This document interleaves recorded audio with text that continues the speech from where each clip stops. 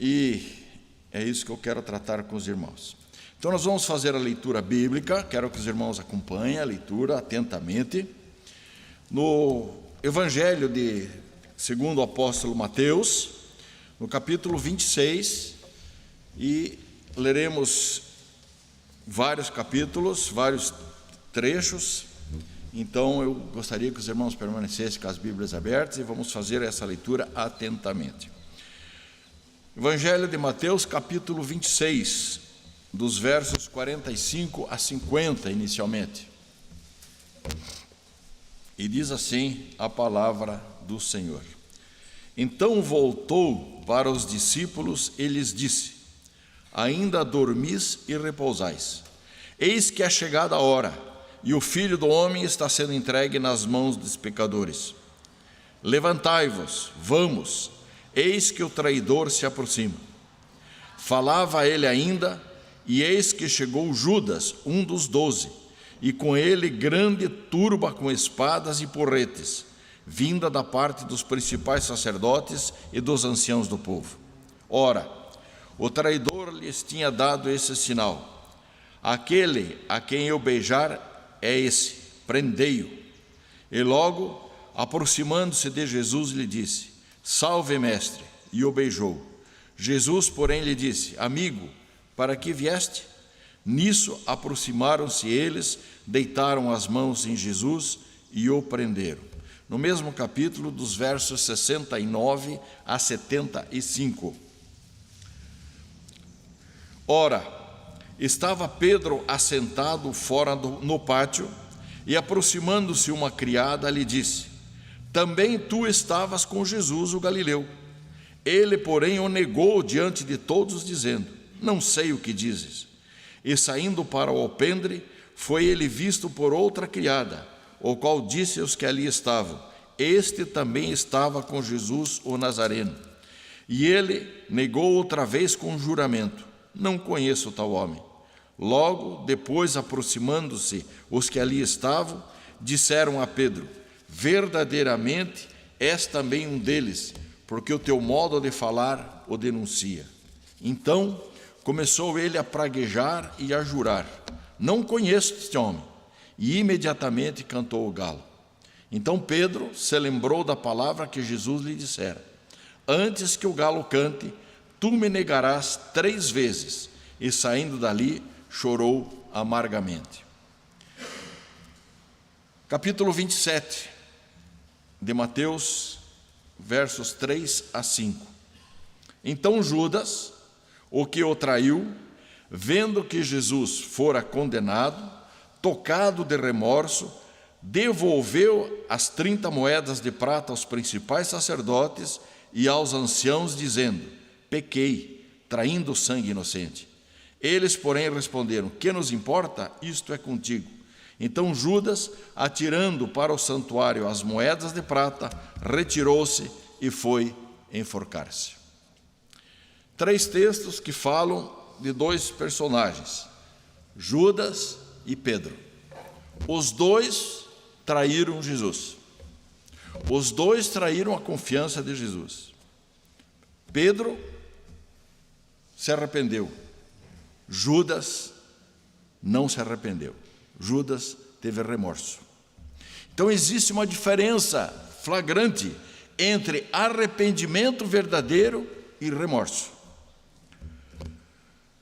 O arrependimento sempre produz vida, o remorso conduz para a morte.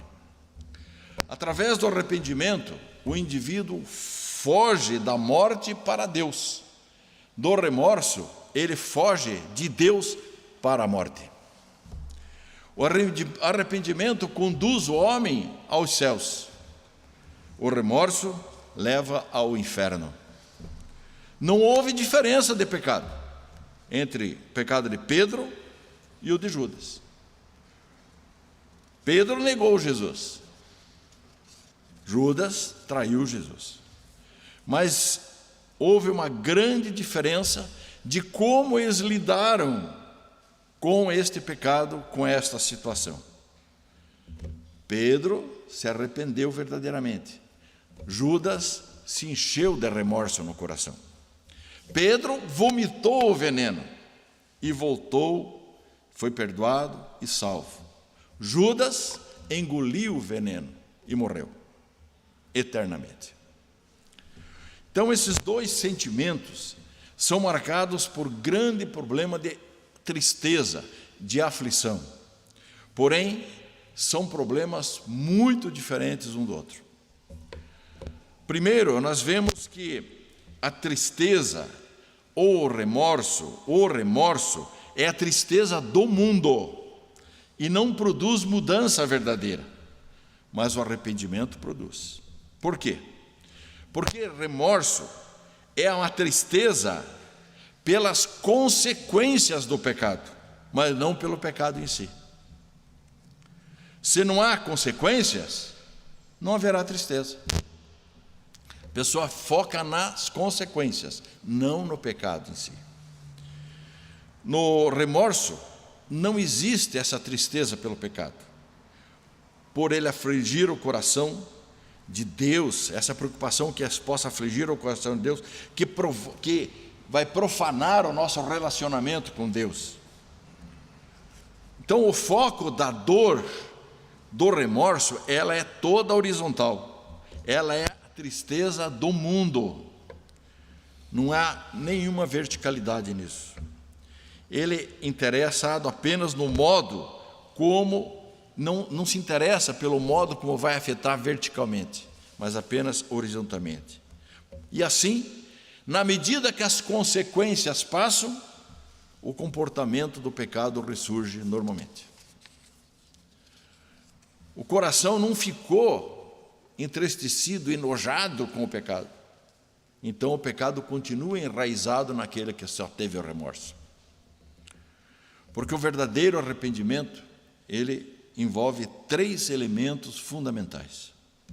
Em primeiro lugar, arrependimento é uma mudança de mente. A palavra grega para arrependimento é metanoia, isto é, mudar de mente, mudar a mente. Isso é metanoia. Por isso que a palavra, quando se fala a palavra naiatsomé, que é um verbo grego, naiatsomé, quer dizer o quê? É aquela mente esvaziada, que não liga para nada, vazia. Daí vem os noia, que nós falamos dos drogados. Tá certo? Daí vem o noia. É aquele que não pensa, está vazio, está oco, tá certo? Está noia. Mas é um resumo desse verbo, né? Noetsané, que é do grego. Então, significa essa mudança de mente. Então, o arrependimento, em primeiro lugar, é uma mudança intelectual, é uma mudança de conceito. Pelo arrependimento, nós entendemos que o diabo é embusteiro e que o pecado é uma fraude. Intelectualmente, racionalmente. Compreendemos que por trás da sedutora isca do pecado existe o anzol da morte.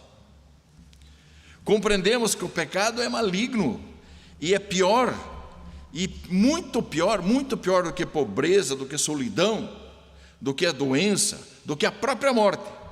Pois todos esses males do mundo não nos afastam de Deus, mas o pecado sem arrependimento nos afasta de Deus. Pecado que nos afasta de Deus nos faz parecer eternamente. Para quem? Para aqueles que se agarram ao pecado e não largam o pecado, porque o pecado precisa ser largado, precisa ser entendido, precisa ser compreendido intelectualmente, racionalmente, aquilo que foi cometido. Segundo lugar, pecado envolve mudança da emoção, ele é emotivo. O arrependimento é uma tristeza segundo Deus. Está certo? Porque existem 2 tristezas. Uma tristeza segundo Deus e uma tristeza segundo o mundo. Paulo, na sua segunda carta aos Coríntios, capítulo 7, verso 10, nos explica isso. E ele diz: porque a tristeza segundo Deus produz arrependimento para a salvação, que a ninguém traz pesar, mas a tristeza do mundo produz a morte. Porque muitas vezes nós passamos por processo de tristeza, mas é Deus trabalhando em nossas vidas. E isso produz vida. A tristeza que o mundo nos produz não resolve nada. Então existem duas modalidades de tristeza, segundo a palavra de Deus. Tristeza do mundo produz morte. Tristeza, segundo Deus, produz vida. Então, o arrependimento produz, então, emotivamente, uma insatisfação no coração do indivíduo que peca. Ele produz uma insatisfação de tal forma que a pessoa rompe com o pecado e corre para os braços de Jesus Cristo. Sem arrependimento, a tristeza pelo pecado afunda a pessoa ainda mais no pântano do desespero. Sem arrependimento, aquele que é escravo do pecado, ele vai se enrolando num cipoal, vai se prendendo com cordas, as correntes vão ficando grossas e no fim ele capitula, vencido, quebrado, arruinado e perdido. O fim dessa linha sempre é a morte e a perdição. Mas quando uma pessoa de fato se arrepende, emocionalmente, ele passa a fugir não apenas das consequências do pecado, mas do próprio pecado em si. Ele passa a ver então o mundo, o glamour do mundo, as coisas aparentemente boas do mundo com desprezo. Ele não se deleita mais nos manjares do mundo, mas sabe que a aparência do mundo, tudo isso passa, e ele passa a ter uma visão futura, melhor e mais concreta. Ele faz então o quê? Que a vontade de Deus seja permanente em sua vida. Em terceiro lugar, arrependimento é mudança de vontade. Arrependimento não é apenas um assentimento intelectual e emocional. É também voltar, dar meia volta e voltar-se para Deus. É dar meia volta. O ladrão da cruz reconheceu intelectualmente, emocionalmente e mudou de atitude também. Pois uma coisa que nós temos que prestar atenção nos textos bíblicos, dos dois ladrões, a esse que se arrependeu também blasfemava contra Jesus na cruz. Blasfemou, blasfemou, blasfemou, até que entendeu, teve um arrependimento verdadeiro, tá certo? E daí conseguiu então a sua salvação. Judas no caso, deu os 2 primeiros passos do arrependimento. Ele reconheceu que havia traído sangue inocente. Ele confessou isso, sentiu tristeza por isso, a ponto de devolver o dinheiro. Segundo o texto bíblico nos traz, esse dinheiro recebido pelo preço da traição feita. Porém, ele não deu o último passo. Ele não se voltou para Jesus. Ele não pediu o perdão. Ele não mudou a sua conduta. Portanto, só remorso não basta. Não basta. A consciência do erro correspondente à tristeza não é suficiente. Adão teve a consciência do seu erro, teve tristeza pelo seu erro, mas não pediu perdão a Deus. E condenou a ele e a humanidade junto. Ele não pediu perdão. Ele não reconheceu. Ele jogou a culpa em Deus. Ele devolveu a culpa do seu pecado ao próprio Deus. Mas Judas teve essa consequência, teve essa atitude. Pedro teve uma atitude diferente. No Evangelho de João, capítulo 21, nos versos 3 a 8, nos diz o seguinte: Disse-lhe Simão Pedro: Vou pescar. Disseram-lhe os outros: Também nós vamos contigo. Saíram e entraram no barco, e naquela noite nada apanharam. Mas ao clarear da madrugada estava Jesus na praia. Todavia os discípulos não reconheceram que era ele. Perguntou-lhes Jesus: Filhos, tendes aí alguma coisa de comer? Responderam-lhes: Não. Então lhes disse: lançai a rede à direita do barco e achareis.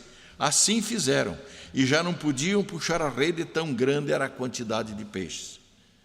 Aquele discípulo a quem Jesus amava disse a Pedro: é o Senhor, é o Senhor. E Simão Pedro, ouvindo que era o Senhor, cingiu-se com sua veste, porque havia se despido, e lançou-se ao mar. Mas os outros discípulos vieram no barquinho, puxando a rede com os peixes, porque não estavam distantes da terra, senão quase 200 côvados. Ora, Pedro, ouvindo que era Jesus, lançou-se ao mar em direção a Jesus. Pedro, naquela hora, estava numa situação muito difícil. Pedro estava cheio de culpa, cheio de remorso por ter negado Jesus. A gente brinca que Pedro, nessa altura do campeonato, não podia nem falar em canja de galinha, que ele ficava triste, certo? Em função que lembrava o galo e o pecado que ele tinha cometido, não é isso? Nem espanador devia ter na casa dele. Mas Pedro, quando teve a oportunidade de reconhecer de fato Jesus, diferentemente de Judas, lançou-se em direção a Jesus e buscou e deu o terceiro passo, que é o terceiro passo do arrependimento: voltar-se para Deus. Pedro não perdeu a oportunidade, se lançou arrependido, coração triste, mas voltou-se para quem? Para o Senhor do perdão, para aquele que perdoa.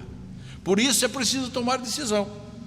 É preciso exercitar essa vontade de correr para os braços do Pai. O filho pródigo caiu em si e voltou para a casa do pai também. Se ele tivesse apenas lamentado a sua condição e permanecido na pocilga com os porcos, ele teria perecido na história. Mas ele voltou, encontrou o abraço da reconciliação do Pai, o beijo do perdão e a festa da salvação. É isso que o texto nos diz. Mas o homem em si não consegue realizar tal proeza por sua própria vontade. E essa é a grande diferença. Pedro não expressou esse pedido de perdão por primeiro. No texto nós vemos que Jesus se manifestou primeiro a ele. Jesus se manifesta primeiro. Jesus provocou o diálogo. O arrependimento é um processo iniciado sempre pela vontade de Deus. Paulo, sua carta aos Efésios, no verso 2, nos diz: Ele vos deu vida, estando vós mortos nos vossos delitos e pecados, nos quais andastes outrora, segundo o curso deste mundo, segundo o príncipe da potestade do ar do Espírito, que agora atua nos filhos da desobediência, entre os quais também todos nós andamos outrora, segundo as inclinações da nossa carne, fazendo a vontade da carne e dos pensamentos. E éramos, por natureza, filhos da ira, como também os demais. Mas Deus, sendo rico em misericórdia, por causa do grande amor com que nos amou, e estando nós mortos em nossos delitos e pecados, nos deu vida juntamente com Cristo. Pela graça sois salvos, e juntamente com Ele nos ressuscitou, e nos fez assentar nos lugares celestiais em Cristo Jesus, para mostrar nos séculos vindouros a suprema riqueza da sua graça e bondade para conosco, em Cristo Jesus. Porque pela graça sois salvos, mediante a fé, e isso não vem de vós, é dom de Deus, não de obras, para que ninguém se glorie. Então ninguém pode crer em Jesus sem antes haver arrependimento dos pecados. A fé salvadora, tá certo? Promove o verdadeiro arrependimento. Isso é uma ação do Espírito Santo que age. Por isso, a pessoa se converte por aí, com uma ação direta, ação de Deus em primeiro lugar, com uma ação do Espírito Santo, convencendo-o do pecado e do juízo, e daí ele dá o passo de salvação. O eleito, uma vez salvo e com o Espírito Santo, passa a ter essa possibilidade de arrependimento. O mundo, O cidadão do mundo não tem possibilidade de arrependimento, ele tem possibilidade apenas de remorso. Por isso essa grande diferença entre o arrependimento verdadeiro que o crente tem, mesmo pecando, muitas vezes ele se arrepende e se reconcilia com Deus, enquanto que o resto da humanidade não vai fazer isso e estará condenada eternamente. Por isso, é uma pergunta: o eleito pode pecar? Pode. João, na sua primeira carta, capítulo 1, 18 a 10, ele diz: se dissermos que não temos pecado nenhum, a nós mesmos nos enganamos, e a verdade não está em nós. Se confessarmos os nossos pecados, Ele é fiel e justo para nos perdoar os pecados e nos purificar de toda injustiça. Se dissermos que não temos cometido pecado, fazemo-lo mentiroso, e a sua palavra não está em nós. Ora, então, o crente vive permanentemente nessa luta contra o pecado. Todo aquele que é nascido de Deus, remido por Deus, não pode viver na prática do pecado. Por isso tem um jargão, tá certo? Que nós ouvimos dizer seguidamente: Deus abomina o pecado, mas ama o pecador. Isso é uma meia verdade. Não é uma verdade absoluta. Isso não é uma verdade absoluta. Deus não pode amar aquele que vive no pecado. Deus oferece a salvação e perdão para o eleito arrependido, para o eleito arrependido, para o remido. Deus não oferece o perdão para outra pessoa que não tenha Cristo no coração. Tem uma grande diferença aí. Ou você tem Cristo e se arrepende e é perdoado, ou você não será perdoado. Infelizmente, é a grande verdade. Arrependimento é fruto de ação do Espírito Santo, que tem que habitar no eleito. Sem o Espírito Santo habitando e nos convencendo do pecado e do juízo, nós não temos arrependimento. Então hoje nós vemos em dia muitas falsas doutrinas aí, que visam mais a emoção do que arrependimento, e usam todos os artifícios possíveis. É a água benzida, é a água não sei o quê. Spurgeon tem uma frase maravilhosa, ele diz assim: a melhor água ungida é a lágrima do arrependimento.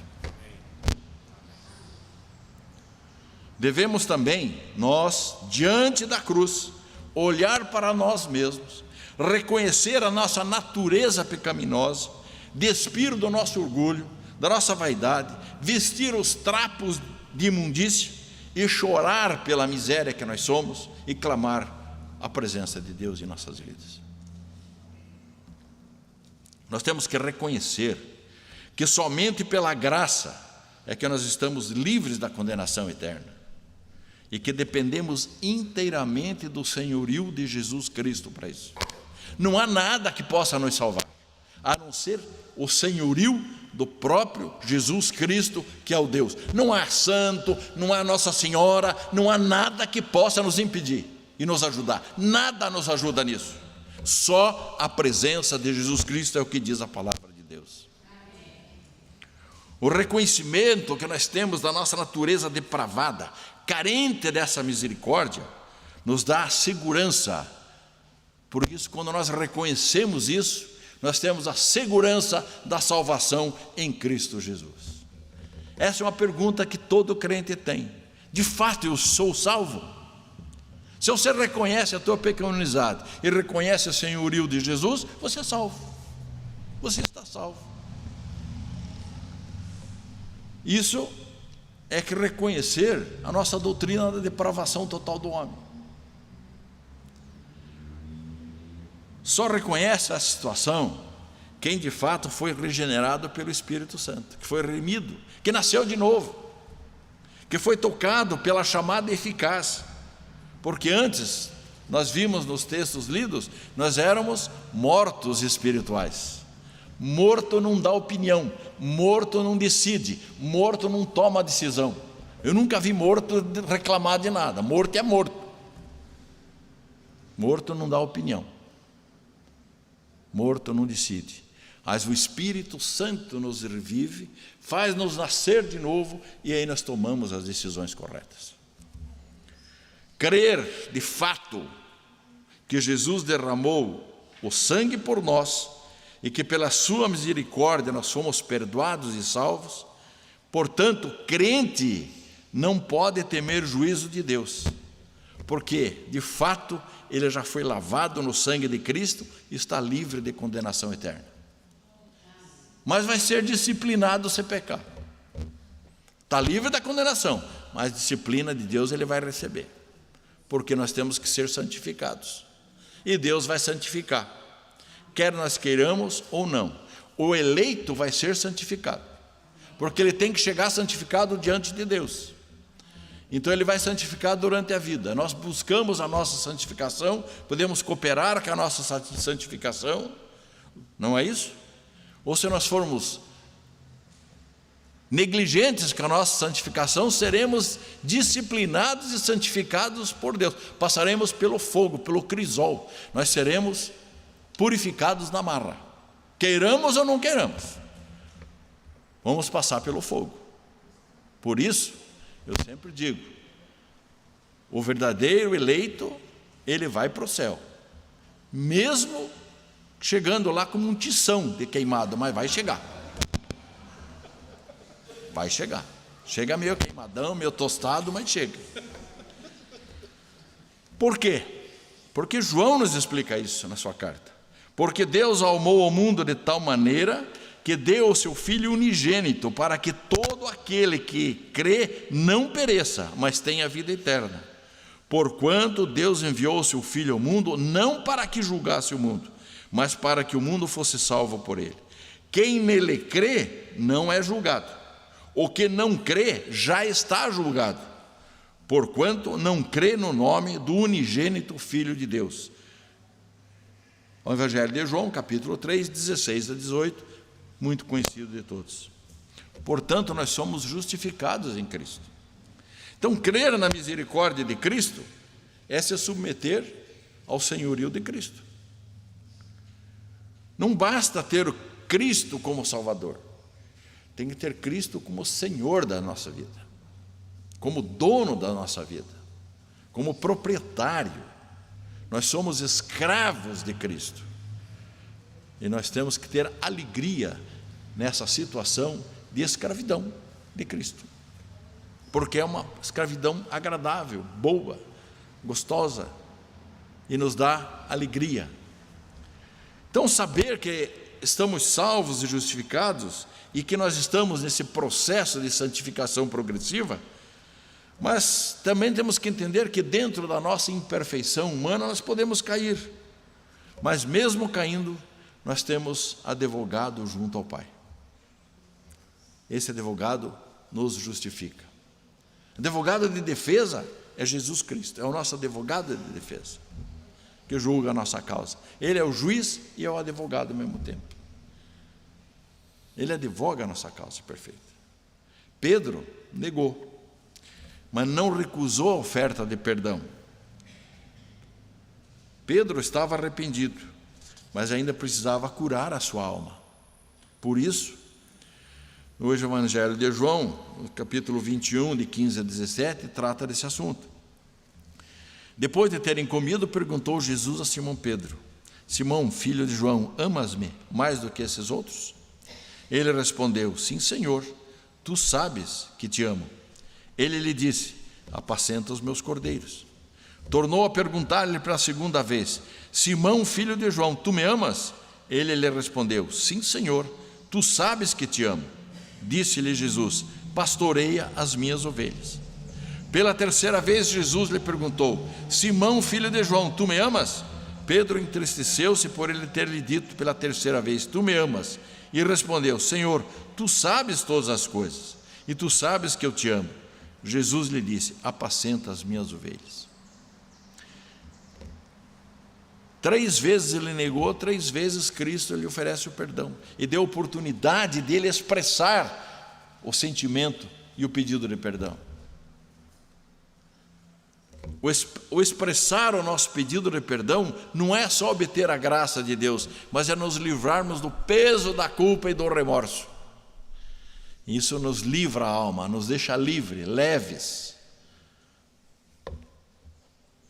Então nós vimos que a palavra arrependimento, na língua grega, abrange 3 áreas vitais da vida. Primeiro, a mente, que é reconhecer intelectualmente o erro praticado. E para reconhecer o erro praticado, como é que nós sabemos que nós erramos? Intelectualmente. Conhecendo a lei de Deus e quem é Deus. Se eu não conheço a lei de Deus, eu não sei o que é errado e o que é certo. Então eu preciso saber, eu preciso conhecer a lei de Deus. E por isso, Deus nos deixou toda a sua palavra revelada e com as suas leis aqui nesse livro maravilhoso que é a Bíblia. E nós temos que conhecê-lo. Segundo, é a área da emoção, que arrependimento nós vimos que é a tristeza, segundo Deus, para conduzir-nos à vida. E em terceiro é a área da vontade, é a dar a meia volta e retornar ao caminho da sensatez, o caminho correto. Arrependimento é uma das características mais importantes da doutrina bíblica, um dos aspectos mais importantes. Porque não é o significado secular dessa mudança de mente, mas sim mudança de atitude do homem em relação a Deus. E um dos primeiros exemplos de arrependimento que nós vemos é visto na reação de Davi, quando foi questionado pelo profeta Natã. Davi de fato teve um arrependimento verdadeiro, foi imediato a ação de Davi. Ele reconheceu na hora que ele estava errado, e se arrependeu, e pediu perdão a Deus, e aceitou a disciplina de Deus, pelo seu erro. Ele era um homem segundo o coração de Deus, mas errou, e errou feio, e precisava ter esse perdão. E quando confrontado com o seu erro, ele tem um arrependimento verdadeiro, pede perdão a Deus, se corrige e se submete à própria disciplina de Deus. Os profetas do 8º século antes de Cristo expressam essa ideia de arrependimento nos termos de buscar a Deus, de voltar-se para Deus, esse que nós vemos em todos os profetas. E a expressão clássica dessa doutrina é expressada sempre pelo profeta Ezequiel, onde ele contrasta sempre essa moralidade dos mais velhos. Ezequiel deixa claro que os inocentes não iriam mais sofrer pela culpa dos outros, mas que cada um seria julgado pela sua própria falta. Ezequiel dá uma mexida clara nesse sentido de pecado individual. Então, significava ali que se o pecador que mudasse de atitude, que abandonasse o pecado, fizesse o que era correto, escaparia do pecado e viveria. Até mesmo Manassés, que foi um dos reis mais ímpios, mais pecaminosos que já existiu na história de Israel, se arrependeu. Se arrependeu e foi tratado com misericórdia. E por isso surgiu, por essa história de Manassés, que está lá em Crônicas, por essa história dessa mudança de Manassés, desse arrependimento de Manassés, é que surgiu o texto apócrifo, rabínico, que fala a oração de Manassés, e que passou a ser, durante a história, a base do ensino bíblico comum, rabínico, de que se um povo se arrependesse, sinceramente, então o Messias viria. E é nesse contexto, é nessa situação que João Batista prega, quando ele diz: arrependei-vos que o reino de Deus está próximo, baseado nessa doutrina rabínica. Então João Batista insistia que o arrependimento fosse demonstrado como? Pelos frutos de uma vida transformada. Os evangelhos mostram isso, e Jesus diz isso. Como que eu transformo a minha vida? O arrependimento verdadeiro implica em uma vida transformada, por frutos que eu tenho que mostrar. O que Jesus diz? A menos que alguém se arrependa e se torne como uma criança, não terá acesso ao céu. Se eu me arrepender e mostrar frutos de arrependimento, ter o coração purificado, inocentado, ser inocente. Minhas ações têm que demonstrar isso. Ações como se fosse uma criança. E criança aprende a depender de Deus. Por isso, não existe esperança para o orgulhoso. Aquele que considera que esse arrependimento é se despir da sua dignidade, não vai se arrepender. Precisa expressar arrependimento por seus pecados, pelos seus erros, mas o humilde de coração tem a certeza que quando ele se arrepende sinceramente, ele recebe o perdão e ele é purificado por meio do sangue de Jesus. Se confessarmos os nossos pecados, Ele é fiel e justo para nos perdoar os pecados e nos purificar de toda injustiça. Judas traiu Jesus, mas não se arrependeu. Muito embora ele tenha reconhecido o seu erro, ficado triste por isso, mas ele não se voltou para Jesus. Faltou o terceiro elemento do arrependimento. Pedro negou Jesus, arrependeu-se, reconheceu seu erro e procurou Jesus. Chorou pelo seu pecado, voltou-se para Jesus, foi perdoado e restaurado. Então o arrependimento genuíno se concentra em um único resultado permanente e real do pecado. Nós não temos mais o afastamento de Deus, coisa que o remorso permanece. O arrependimento nos capacita a ficarmos mais leves, certos da salvação, certos do perdão e deixar para trás o que aconteceu. Não ficamos mais lembrando do que aconteceu. Ao entender que Deus nos perdoou e nós não perdemos o nosso Deus, nós não estamos distante de Deus, sentimos então que os resultados terrenos são mínimos em comparação com as consequências espirituais. Eu posso ter consequências terrenas pelo meu pecado, mas não terei consequência espiritual. Nós passamos a pensar de forma diferente. Passamos a pensar que por mais que eu sofra, por mais que eu tenha errado, e isso me gere consequências, nada disso, nada de ruim que possa ter na minha vida é pior do que Cristo já fez por mim na cruz, do que Ele pagou. Isso foi o verdadeiro castigo. Isso é uma verdade apenas para os cristãos remidos. Então, depois do arrependimento verdadeiro e da restauração feita por Deus, nós detestamos o pecado e amamos a vida com Deus. E passamos a amar a vida quando nós estamos próximos de Deus. E encaramos nossa vida de forma diferente, porque sabemos que estamos andando em direção à glória. Isso nos dá uma certeza de paz, de segurança, de que por mais que soframos aflições, elas serão apenas passageiras. Porque para nós somos peregrinos e devemos andar da forma que nós devemos caminhar, sempre pela vereda dos justos, até sermos varões perfeitos. Amém? Que Deus nos ajude nessa caminhada. Amém, meus irmãos?